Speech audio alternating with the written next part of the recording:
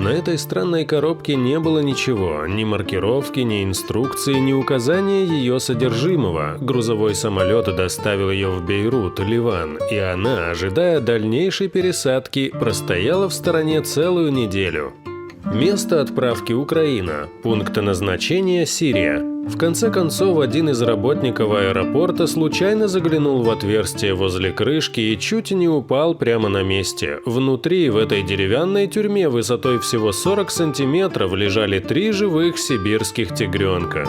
Человек сообщил в зоозащитную организацию Animals Lebanon, и они прибыли незамедлительно. Коробку открыли. 3 месячных малыша лежали среди кала и мочи, голодные и обессиленные. Сотни паразитов ползали по шкуркам, а подушечки лап потрескались и покраснели от воздействия нечистот.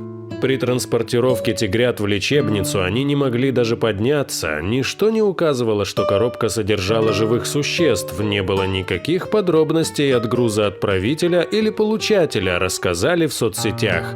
И это при том, что сибирские тигры особо ценный и исчезающий вид. Было установлено, что зверей отправил украинский зоопарк города Николаева. Тигрята были проданы аналогичному зоопарку, расположенному в городе Дамаск.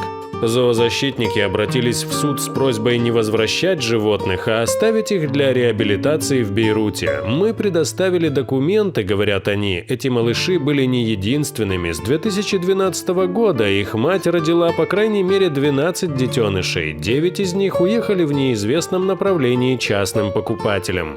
Суд, понимая, что животные умерли бы без помощи АЛ, временно разрешили конфисковать тигрят, однако продавец и покупатель животных усиленно борются за право забрать свой груз назад. А тем временем 2 сестры и брат получили в распоряжении собственный дворик для игры, у них не было имен. Только числовые коды, поэтому первым делом тигрят решили назвать, дали сибирячкам родные имена – Майя, Таня и Антон.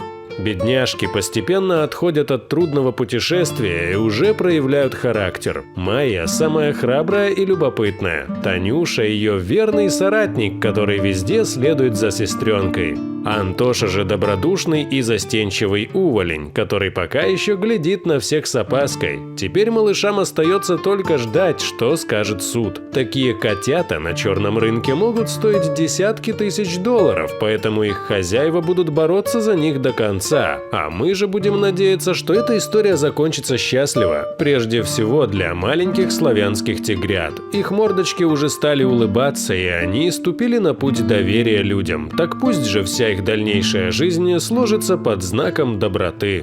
Дорогие друзья, если вам понравилось видео, поставьте лайк, а также подписывайтесь на канал, где найдете еще много интересного.